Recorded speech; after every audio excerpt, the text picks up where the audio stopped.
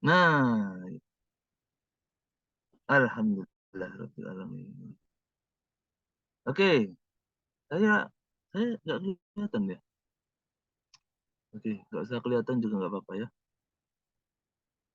Ya, jadi apa namanya?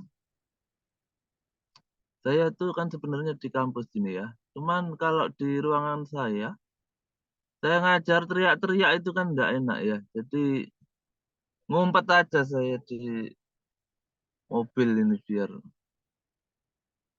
bebas teriak-teriak ya. Nah, jadi ini adalah pertemuan terakhir kita ya. Jadi ini pertemuan terakhir, pertemuan yang ke-16. Saya mohon maaf ya, agak jarang masuk ya. Banyak sekali kesibukan itu ya. Termasuk di antaranya kita kan mau siap-siap ini ya, apa namanya, akreditasi internasional ya. Dan kebetulan saya ketuanya gitu. Jadi wah kerjaannya itu banyak sekali.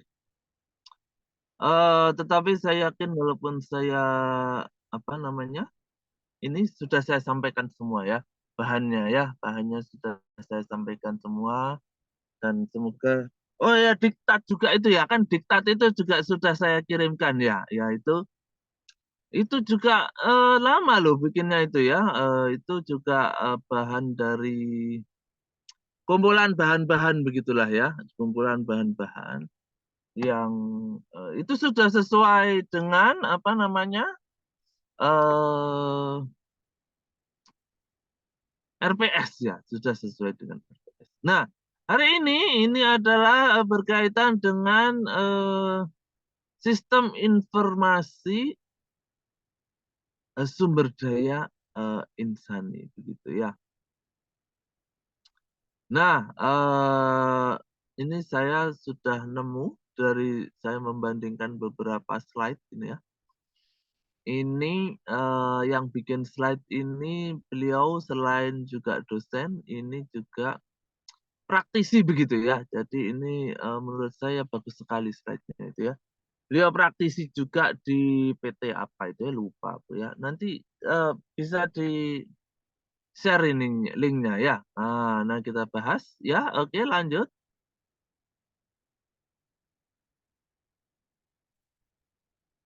Nah agendanya apa ini? Nah memperkenalkan human resource dan information system kan begitu ya. Ketika kita ngomong information system berarti dia ini ya apa namanya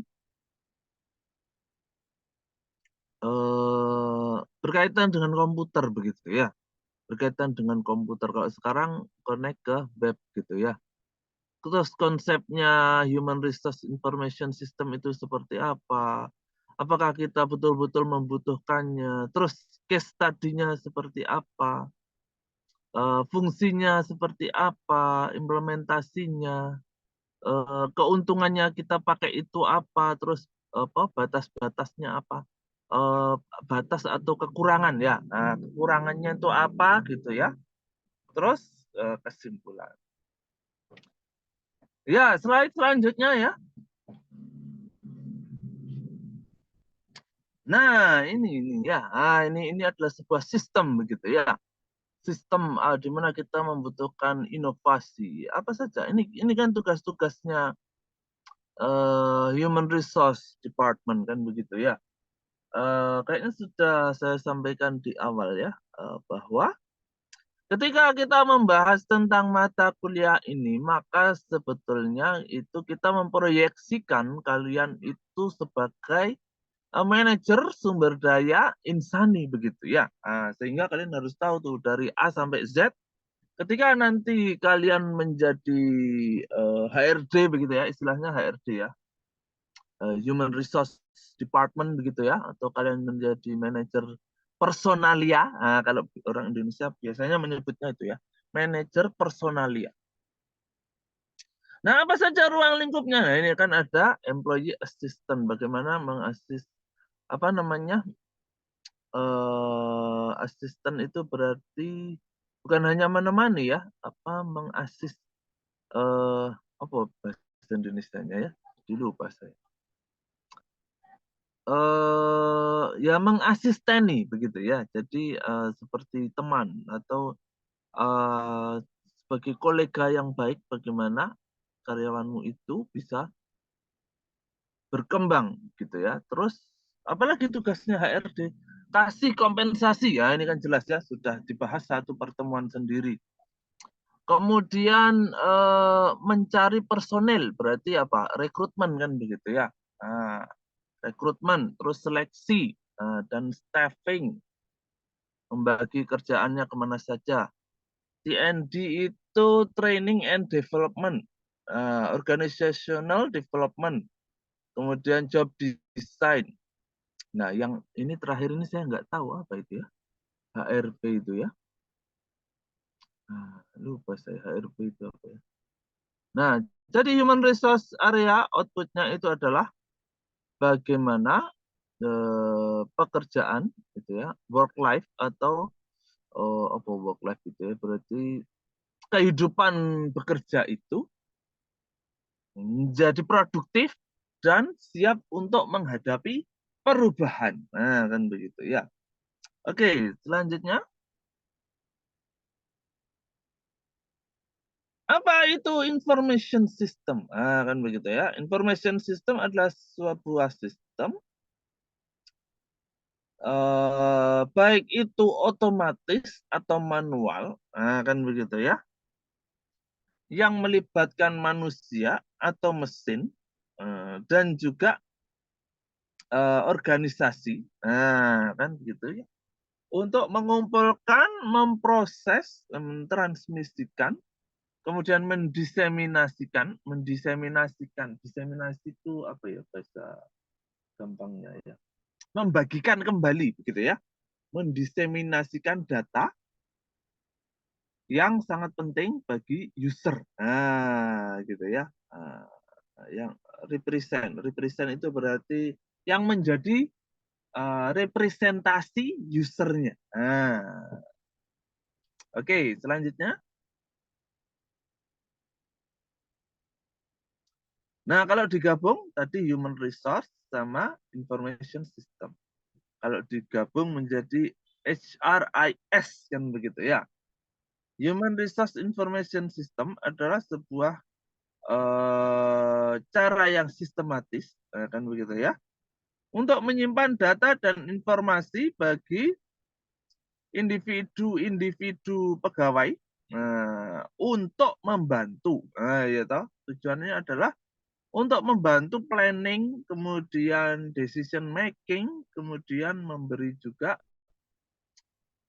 return dan report atau laporan pada agen-agen eksternal. Nah, kan begitu ya.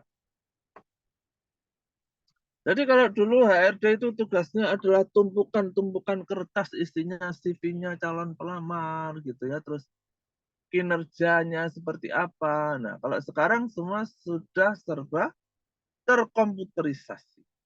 Nah, jadi HRIS itu menggabungkan Human Resource Management sebagai sebuah disiplin dan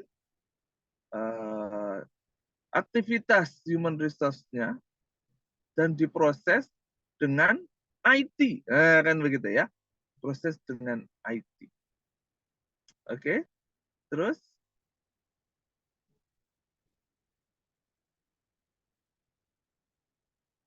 kenapa kita perlu human resource ini? Nah, kan begitu ya. Yang pertama, dia bisa menyimpan informasi dan data bagi setiap individu.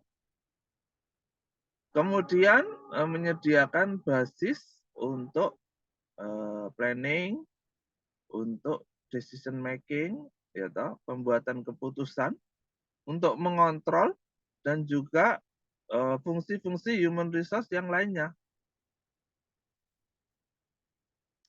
Kemudian yang ketiga, itu kok agak kepotong ya, yang bawah itu nggak bisa ini ya, nggak bisa kelihatan ya.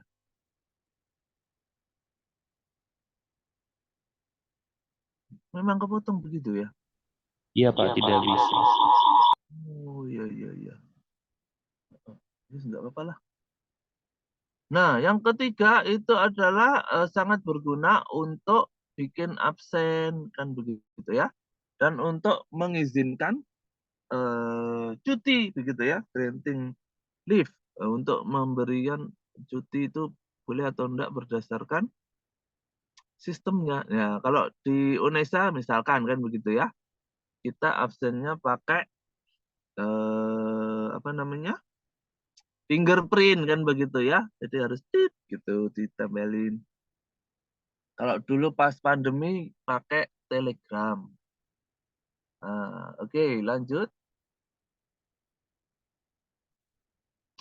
Nah, tracknya apa saja ini ya, kan begitu ya. Jadi dia akan mengatur kan begitu ya, mengalirkan data mengenai orang, kemudian pekerjaan, dan juga posisi-posisinya. Nah, apa saja tuh? Misalkan ya, yang berkaitan dengan orang, personal record, data-data personal, termasuk data kesehatan, medis kan begitu ya. Kemudian keselamatan dan kesehatan, maksudnya nanti itu pasti diperlukan untuk ketika kalian berhubungan sama asuransi misalkan kan begitu ya. Asuransi kesehatan kan wajib ya. Kalau kalian punya perusahaan, sekarang kan wajib harus diikutkan BPJS Ketenagakerjaan. Terus untuk seleksi dan rekrutmen, nah kemudian pekerjaannya harus equity. Equity itu berarti adil begitu ya, seimbang. Nah, terus administrasi gaji, nah ya toh. Terus administrasi pensiun. Jadi perusahaan swasta yang bagus itu dia punya sistem pensiun. Jadi nggak kalah sama PNS gitu ya, yang bagus. Perusahaan yang bagus. Kemudian hubungan antar karyawan. Nah, ini benefit-benefitnya ya. Nanti dihubungkan juga dengan HR planning, kemudian training dan development, juga kompensasi. Nah, kompensasi kan nggak cuma gaji ya, ada bonus, ada apalagi misalkan umroh, kalau kita ngomongin sumber daya insani ya, ada umroh, terus pengajian, kayak gitu-gitu ya. Oke, lanjut.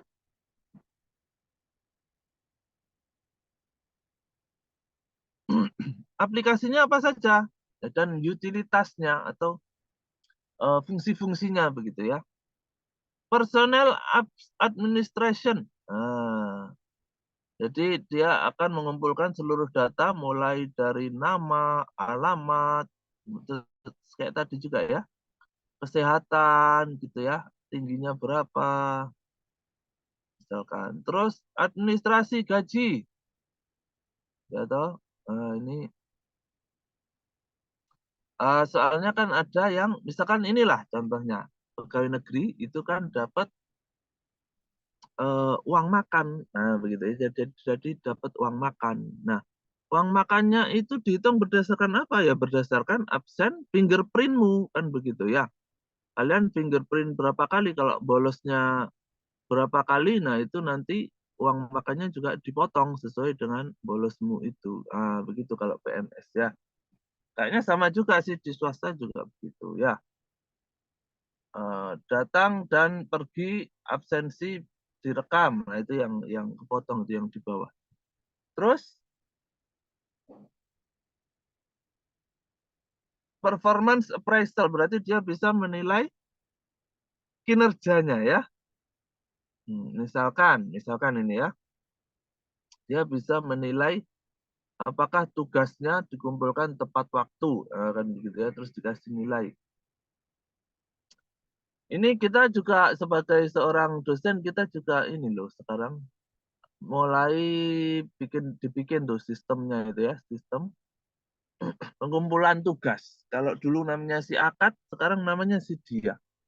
Jadi nanti ada tuh, kalau nggak boleh telat ya beneran nggak boleh telat. Kalau sudah lewat kalian nggak bisa ngumpulin tugas. Nah itu mulai sekarang harus siap-siap kalian ya. Nanti semua serba terkomputerisasi ya. Kemudian perencanaan human resource kan begitu ya. Rekrutmen. Rekrutmennya juga bisa dipakai dengan sistem ini.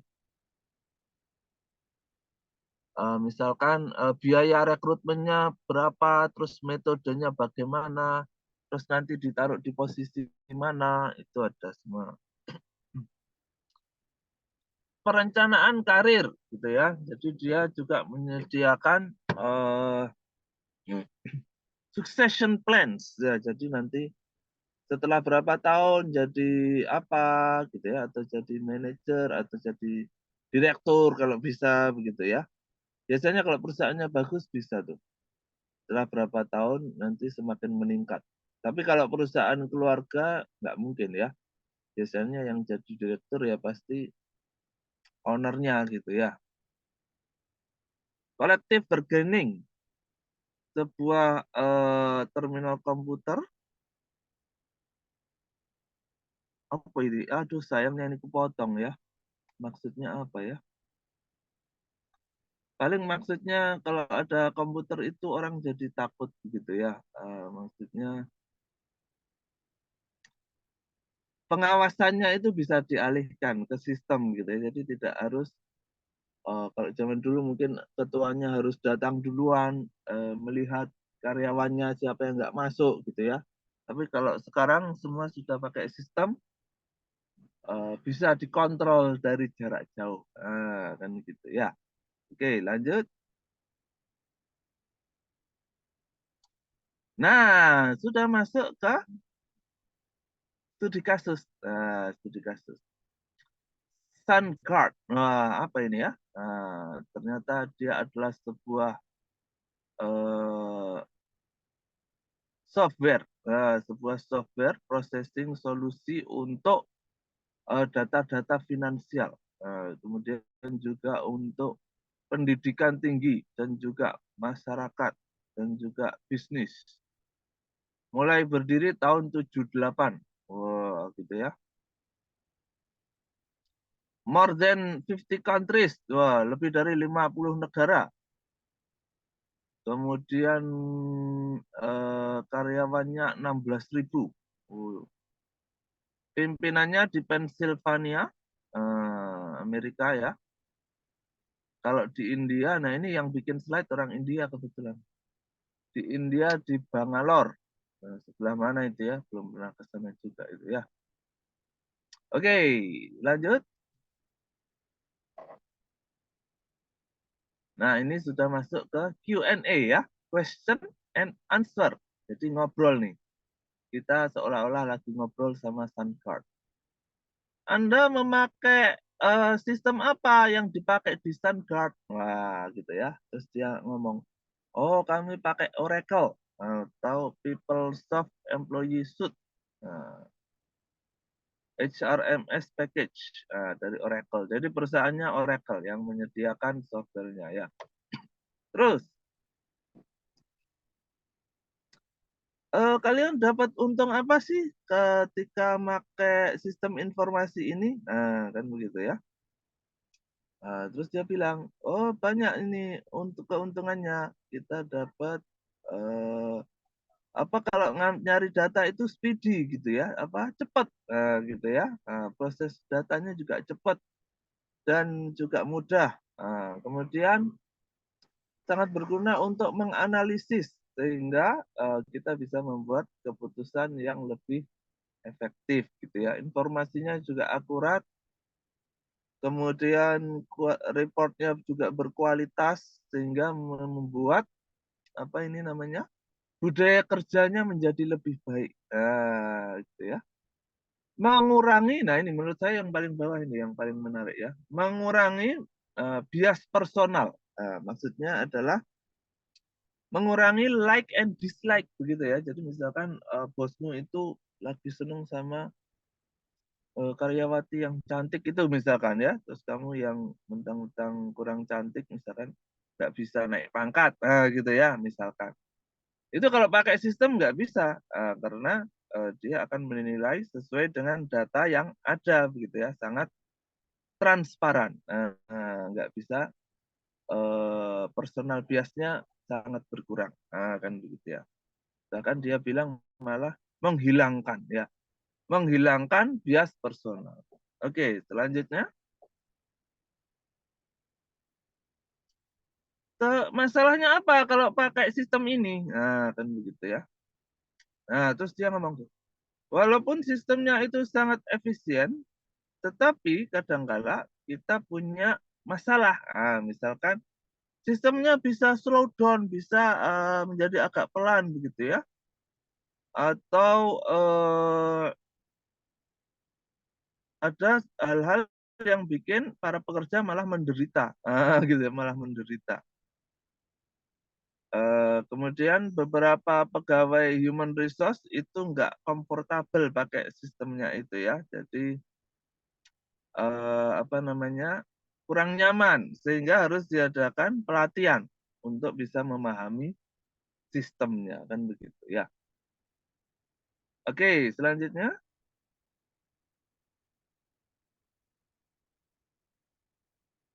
sistem itu setelah dipakai apakah benar bisa mempengaruhi budaya dan karyawannya? Nah, kan begitu ya. Kemudian kalau menurut Sandgard, dia menjawab,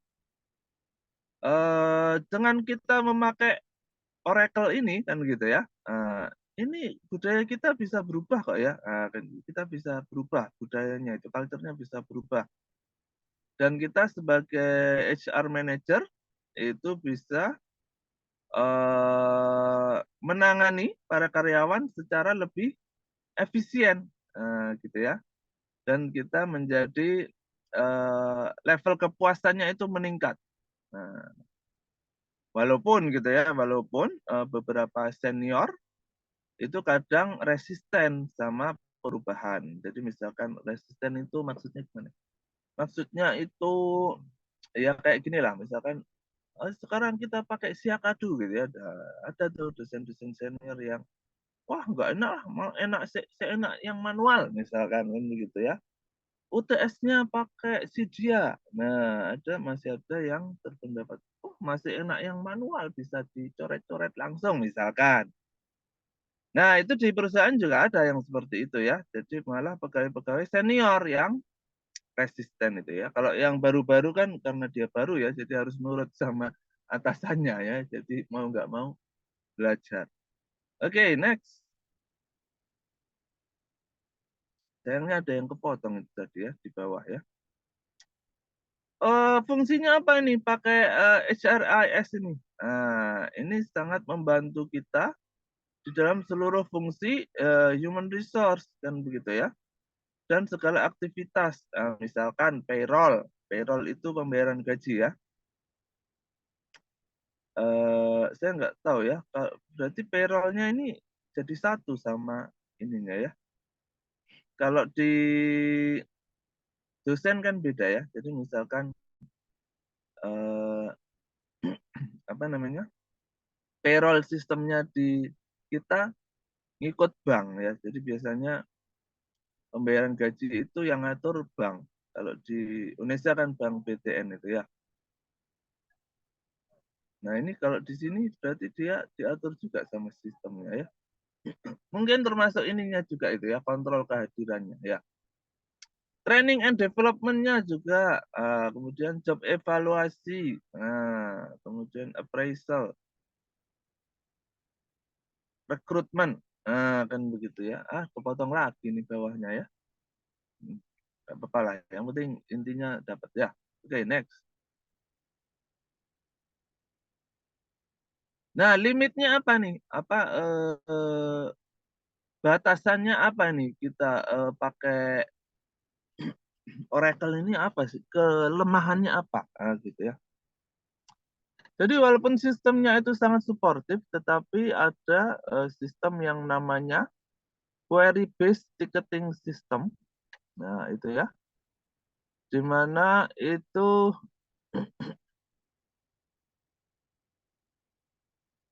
saya baca dulu yang bawahnya ini ya. Query-nya masuk ke window Human Resource Officer, pegawai HR. Kemudian dia harus menjawab pertanyaan-pertanyaan. Query itu pertanyaan ya. yang diajukan oleh para karyawan. Oh, ini maksudnya berarti kayak komplain gitu kali ya. Nah, ini agak sedikit merepotkan menurut mereka ya, sistem komplainnya ini. Jadi gara-gara pakai sistem ini semua orang jadi bisa komplain secara langsung gitu misalkan ya. Yang tadinya kalau manual kan sungkan ya, mau ngomong sama bos itu sungkan. Karena ada sistem, semua orang bisa komplain secara langsung. Nah, ini ternyata merepotkan menurut mereka ya. Oke, lanjut.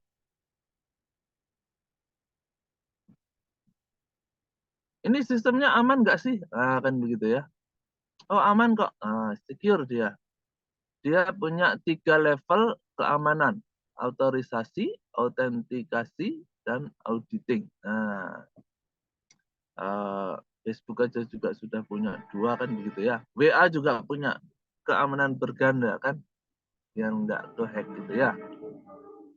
Oke, terus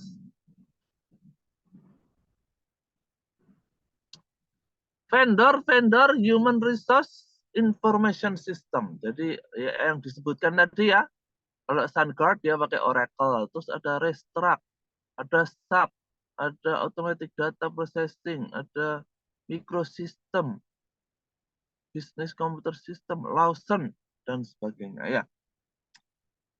Walaupun kayaknya sekarang tambah lebih banyak lagi. Kalau kalian nyari HR system gitu, googling itu banyak sekarang software yang menyediakan ya. Oke, terus pengembangannya bagaimana? Jadi pakai plan, kemudian analyze, design, test, dan maintain. Pengelolaan, dikelola, di apa namanya? Maintain itu dipertahankan ya. Jadi dipertahankan agar sistemnya tetap berjalan baik. Terus masih 9 slide lagi ya. Implementasinya menggunakan complete business solution, bisa juga memakai sistem yang kita bikin sendiri gitu ya, atau multiple system. Terus contohnya Oracle ini ya. Jadi Oracle itu penyedia software kayak Microsoft gitulah ya. Nah, versi 12 dia mengotomatisasi seluruh rangkaian mulai dari rekrutmen sampai pensiun. Oh, sangat lengkap ya. Integrasi, sangat terintegrasi. Mulai dari rekrutmen, kinerja, pembelajaran, kompensasi, penggajian, terus schedule bekerja, time management, dan sebagainya. Terus, contohnya, payroll system di Oracle. Jadi dia terintegrasi sama manajer human resource-nya, kemudian benefit-benefitnya, self-service human resource. Nah ini apa ya? Kok ada self-service human resource? Menarik sekali ini ya. Kemudian pembagian insentifnya gimana gitu ya. Terus ada juga namanya Oracle Finansial. Jangan-jangan mereka menyediakan ini juga ya. Bisa ngutang juga kayaknya ini ya. Next.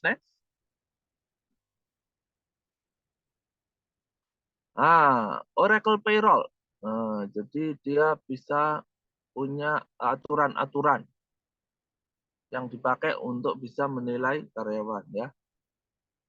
Kemudian dia juga otomatis. Kemudian mengurangi pertanyaan atau komplain dari pekerja dengan menyediakan data remunerasi yang lengkap ya. Jadi remunerasi itu di luar gaji ya. Jadi remunerasi itu sesuatu yang dikasih di luar gaji. Jadi kalau kayak dosen itu ya, itu juga dapat remunerasi. Misalkan bekerjanya lebih dari seharusnya, ya itu dapat bonus tambahan gitu ya. Kemudian formulanya juga simple. Ada juga kalkulasi memakai formula cepat. Kemudian pakai logik untuk kasus yang lebih rumit. Kalau zaman sekarang mungkin pakai AI gitu ya, pakai AI. Streamline, dia administratifnya streamline atau nggak gemuk ya. Jadi kalau administrasinya tidak berbelit-belit, mengurangi biaya, wah gitu ya, mengurangi biaya. Kemudian dia juga bisa bertindak secara global. Oke, lanjut.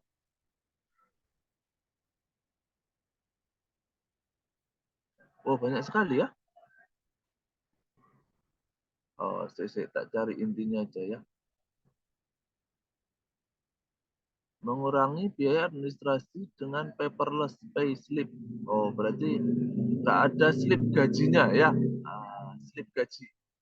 Jadi biasanya kalau zaman dulu itu orang bekerja, itu di akhir bulan dikasih slip gaji.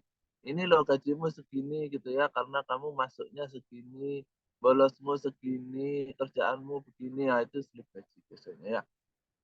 Oke, terus keuntungannya apa kalau kita pakai HRIS ini ya? Nah, karyawan, kepuasan karyawan meningkat 50%, produktivitas meningkat 60%, efektivitas pembelajaran meningkat 40%, kemudian pelayanannya kepada customer meningkat 30%, employee turnover meningkat 70%. Ini maksudnya ini berarti ya, turnover-nya berkurang kayaknya begitu ya. Harusnya sih begitu ya. Turnover itu kan ini ya, keluar masuknya karyawan ya. Nah, jadi ada yang masuk, ada yang keluar. Itu sebetulnya semakin tinggi turnover-nya, itu perusahaan itu semakin rugi ya. Karena kalian membutuhkan, kalau ada karyawan baru, kalian harus menyediakan biaya training and development lagi kan begitu ya. Lebih mudah karyawan yang lama ya. Jadi sebetulnya semakin gede turnover-nya itu enggak bagus. Kemudian waktu untuk mempekerjakan karyawan baru, itu 50%. Mungkin maksudnya menjadi lebih cepat gitu ya. Menjadi lebih cepat. Oke, next.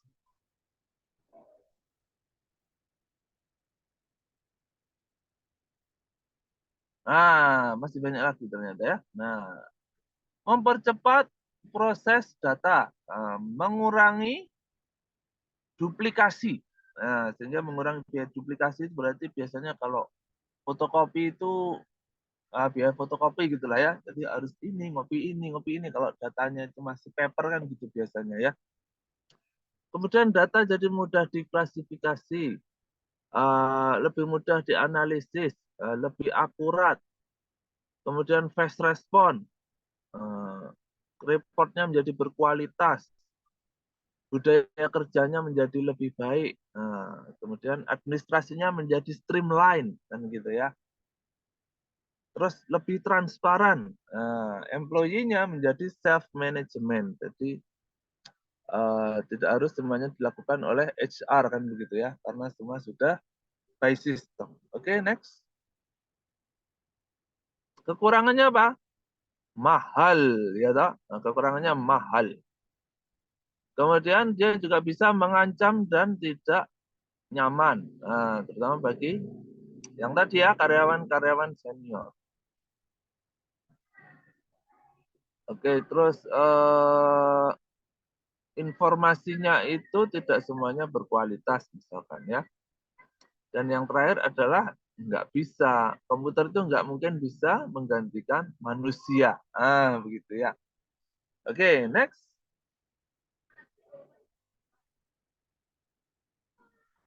Kenapa jadi pantun ini ya? Ini saya belum membaca nih bagian pantunnya ini ya.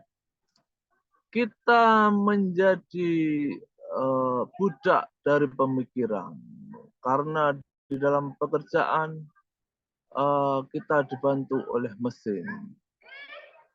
Sejatinya, nah bawahnya nggak ada ya, kepotong ya. Oke. Ini kayak Pak Rektor aja ya, ada ininya, pantunnya. Oke, next, terakhir. Nah ini buku-bukunya ya. Ada bukunya Robin, buku apa ini? Ini kok orang India ya, Biswajit. Kemudian Management Information System, Integrated HR System, Linda Stroh. Terus ada HRMS People Book, dan juga referensi-referensi yang lain. Oke, ada pertanyaan sebelum kita akhiri? Lumayan ya, sudah sejam ya. Oh belum, hampir sejam. Ya, jadi ini pertemuan terakhir kita ya. Pertemuan terakhir kita minggu depan itu sudah UAS ya. Saya nggak tahu. Pakai minggu tenang nggak ya? Oh, biasanya minggu tenang dulu ya. Minggu tenang dulu baru UAS. Ada pertanyaan sebelum kita akhiri? Izin bertanya Bapak, untuk mekanisme UAS-nya bagaimana ya Bapak? Nah, terakhir itu ada ini ya surat edaran ya bahwasanya semua dosen harus pakai Sidia tuh. Ini ujian akhirnya ya.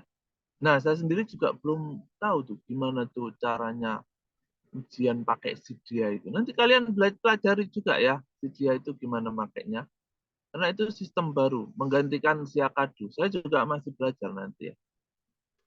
Katanya sih bisa pakai ABC, bisa juga dia submit apa namanya esai gitu juga bisa. Tapi by system semuanya. Mungkin untuk mengurangi kertas-kertas pencetakan kertas itu loh ya. Jadi semua harus pakai sistem. Ya, ada lagi yang ditanyakan? Kalian pelajari aja itu Sidia ya. Coba-coba gitu ya. Saya juga masih mau belajar Sidia itu gimana. Baik Bapak, terima kasih. Ya, ada lagi yang ditanyakan? Ini penduduknya lengkap toh? Lengkap ya penduduknya ya? Ya, kalau nggak ada pertanyaan, nanti kalau ada pertanyaan pun kalian bisa tanya di grup ya. Atau tanya ke PC lah biar disampaikan ke saya. Terima kasih ya. Kita akhiri dulu perkuliahan kita pada hari ini. Nanti saya tolong dikasih rekamannya ya. Mau saya upload di YouTube ya. Oke, kita tutup dengan doa akhir majelis ya. Subhanakallahumma bihamdika asyhadu an la ilaha illa anta astaghfiruka wa atubu ilaik. Ya, terima kasih. Sampai jumpa semester depan di mata kuliah yang lainnya ya. Wassalamualaikum warahmatullahi wabarakatuh. Waalaikumsalam. Waalaikumsalam warahmatullahi Terima kasih, Bapak. wabarakatuh. Kasih Terima Bapak.